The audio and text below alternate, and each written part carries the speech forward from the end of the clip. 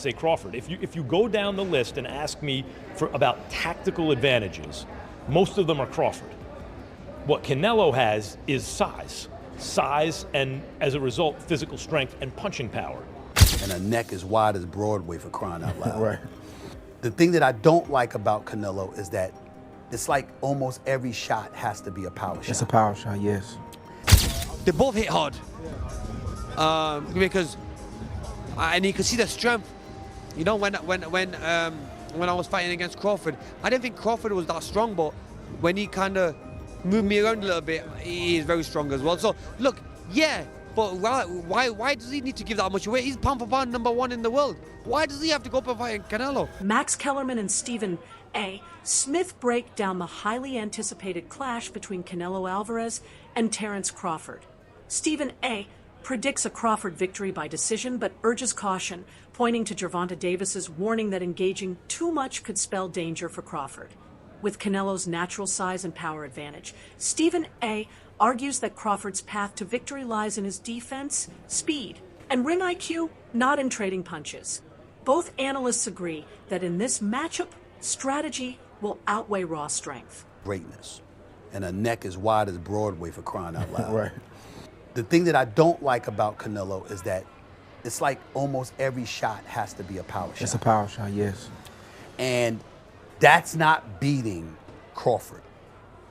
I will confess, I think Gervonta Davis's trainer, Cal, I think he said this.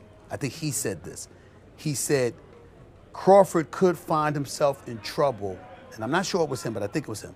He said Crawford could find himself in trouble if he decides to engage with Canelo, because Canelo is the naturally bigger, strong fighter. And I don't care that Crawford's gotten bigger, and I don't care that Crawford's going to go in there just as big as Canelo. Canelo is accustomed to fighting at the weight. Meanwhile, Max Kellerman points out that Terence Crawford's skill set looks sharper, giving him a clear technical edge.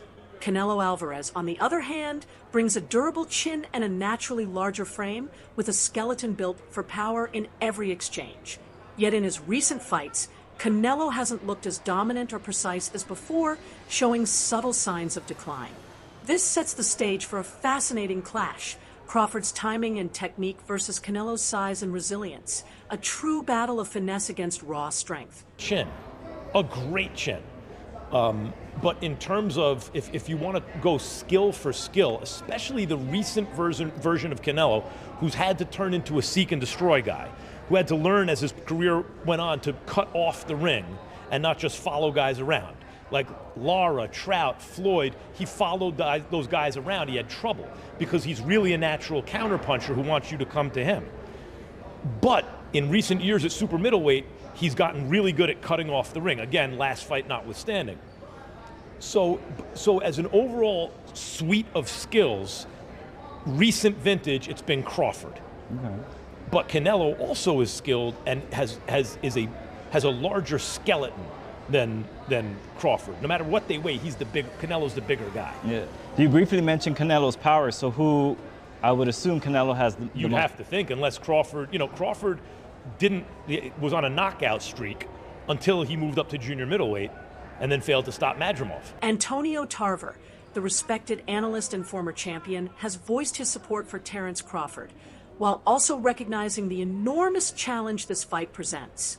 Crawford has proven time and again that he can dominate across weight classes, but this matchup is on a completely different level. Tarver emphasizes that it isn't just Crawford's toughest test. It's also a challenge Canelo Alvarez has never truly confronted before. Alvarez take, I'm Bud County all the way, but this is going to be the toughest fight, the best fighter Bud has ever been in the ring with. And arguably, this could be the best fighter Canelo has ever been in the ring with. We'll find out which one is which on September 13th. Antonio, I appreciate your time. Safe travels back home. Man, I appreciate it. Thank you. Thank you, Antonio. Timothy Bradley Jr., known for his sharp boxing IQ, expects the opening round of Canelo versus Crawford to be a careful, measured affair. Both fighters, he says, will avoid unnecessary risks at first, using the round to study movement, timing, and openings. Crawford, in particular, is patient at the start of big fights, waiting to see what his opponent offers before setting traps. Canelo, too, tends to feel out the distance early, adjusting as the bout unfolds. Bradley points out that this chess-like approach means the first round won't be fireworks. It will be a tactical exchange, laying the groundwork for what's to come. Crawford wants to feel his punching power as well. In the beginning, it's all the position balance. Like both guys are trying to get balance and trying to find their rhythm. Understanding their distance to where they can punch and at the same time avoid getting hit. It takes Crawford a little bit more time than I would say Canelo to get right to it. Canelo, although he is a prolific counterpuncher, fantastic counterpuncher, he tends to find his spots a lot quicker. And the indication of that is when, if you look at any of the boxers that Canelo has faced, Trout, even Danny Jacobs, even when he fought against Charlo, you just check out the first round. He usually takes off, just feels the power, cruises, see what these guys know, couple of feints, level changes, gathering information, right? Crawford does the same and similar things. So I think the first round's going to be a real, calm and cautious round by both fighters. But in the second round, Canelo's going to start applying that pressure, man. Pre-engagement with Crawford is a little bit more difficult than a Charlo, okay? And let me explain this. So pre-engagement is the movements before you get into that sweet spot, which is mid-range, to be able to let your hands go, right? Both guys are trying to counter each other's movement. Both guys are looking at each other's, hands, trying to anticipate what they believe is going to come next. Amir Khan, who has shared the ring with both Canelo Alvarez and Terence Crawford, offers a unique perspective on this matchup. He emphasizes that Crawford has already cemented himself as an all-time great in his natural divisions, especially at welterweight. But Khan warns that boxing has weight classes for a reason. Moving up against naturally bigger fighters carries real risks. He believes Crawford didn't need to take on the pressure of facing Canelo, since his legacy is already secure. Still, Khan respects the ambition behind the decision. He sees it as a bold attempt to silence doubters and achieve what few boxers in history have done, defy the limits of weight divisions. Yet he is clear, while Crawford is elite, stepping up against someone as powerful as Canelo is a gamble that could either elevate him forever or put his career on the line. And we did all the build-up, they were nothing but respectful. I just feel that, in boxing, weight divisions are made there they make him for a purpose. And I highly respect and say pound for pound, the best fighter is Crawford by far and beats anyone.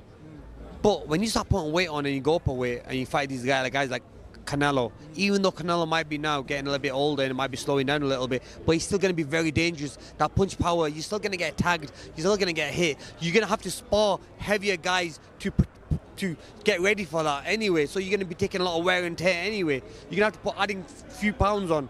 Does he need to put that pressure on himself? He's done what no one's ever done before. 2-time undisputed world champion. So why not just enjoy? But obviously you want to go for that next challenge. Now for him, he wants to go for that Canelo. I would advise him not to go for that. But if he's the man and he knows how good he is himself. So I can't really say to him that do this or do that. So really, he believes in his skills. He feels he believes in his skill. Yeah. We can't answer for him. Yeah. We let him go and do it. You know what I'm saying? And we all might be wrong. Yeah. He might be even stronger than Canelo. He might pack the weight on well, that he might do really well in there. So look, you fought them both. Like what are the differences between them? Obviously it's weight. Canelo's strong and he's easily hit. Very easily hit, very easily. Yeah. Compared to when I fought against Crawford, I couldn't even hit clean. Yeah. So really that's the difference. And they both hit hard. Yeah. Because and you can see the strength. When I was fighting against Crawford, I didn't think Crawford was that strong, but when he kind of moved me around a little bit, he is very strong as well. So look, yeah. But why does he need to give that much away? He's pound for pound #1 in the world. Why does he have to go? Promoter Tom Lafleur views this fight through the lens of business and spectacle. To him, Canelo Alvarez and Terence Crawford aren't just fighters. They are global phenomena, each with massive fan bases spanning countries and demographics. Lafleur points out that few matchups in modern boxing even approach this level of magnitude. This isn't merely a battle of skill, it's a collision of empires. Canelo, the established face of boxing, versus Crawford, the rising pound-for-pound king. Lafleur argues the hype is justified. Rarely do fighters of this caliber agree to meet, especially when legacy and weight differences hang in the balance. Profile show, it's huge. It doesn't get any bigger than that.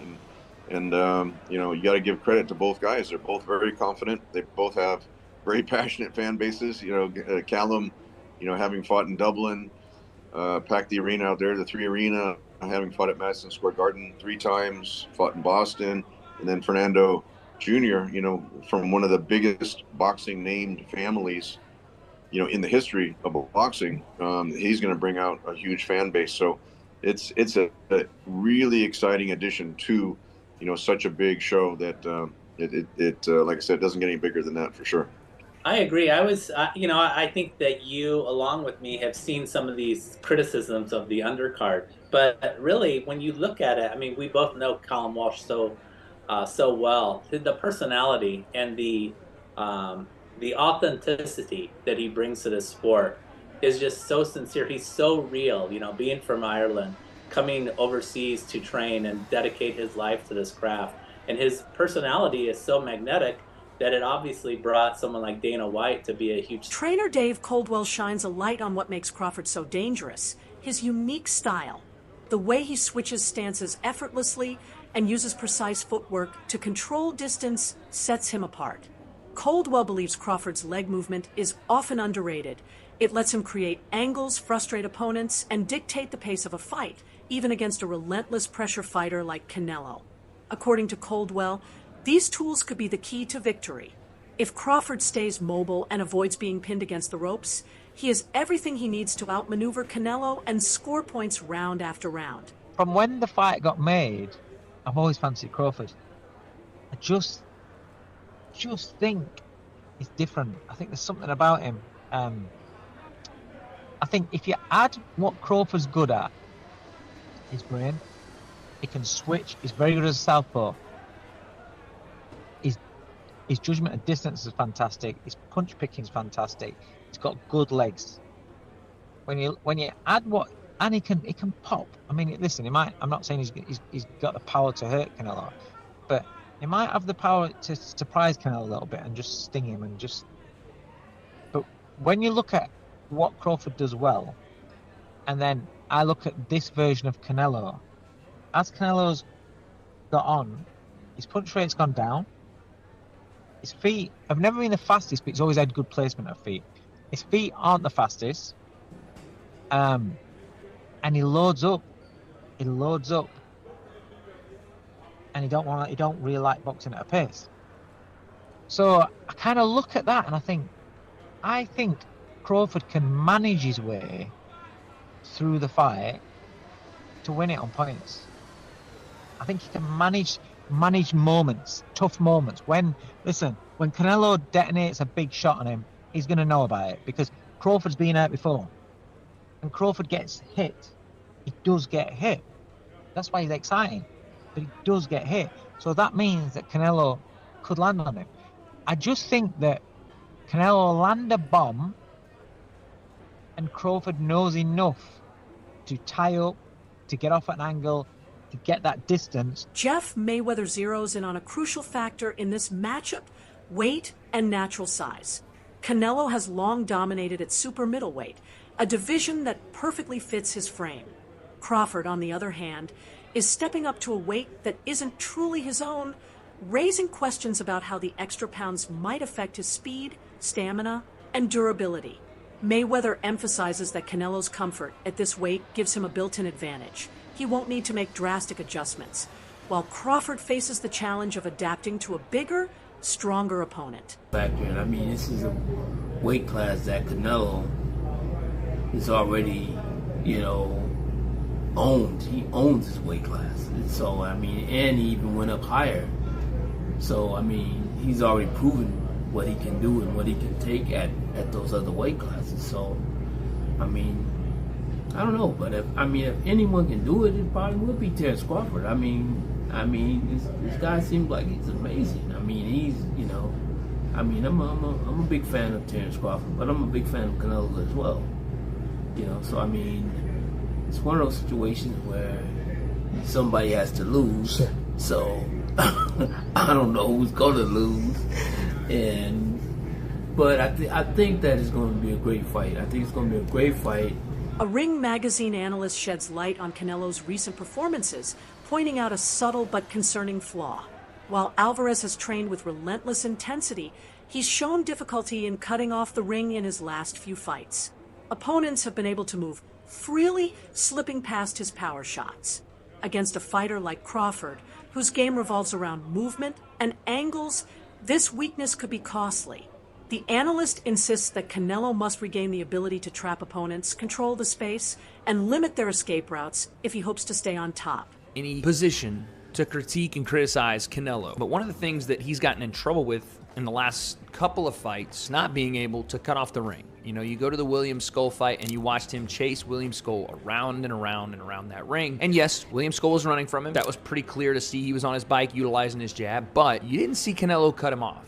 You didn't see him move laterally to be able to stop a lot of that running or stop a lot of that circling around the ropes, which is his responsibility if he's going to take the front foot and look to establish himself offensively. And when I watch Canelo here, he's gotten away with this pretty much his entire career, but I watch him cross-step a lot. And you see it right there, where he goes from circling, he rolls under the right hand, and instead of moving laterally, replacing his back foot with his front foot, he L-steps and then crosses over, which instead of just moving laterally and shifting, like I said, shuffling to his right off of the L-step, off of the reset, which would allow him to be ready to go and ready to fight again, it takes him that extra beat to get back in. Former champion David Haye offers a surprising change of heart.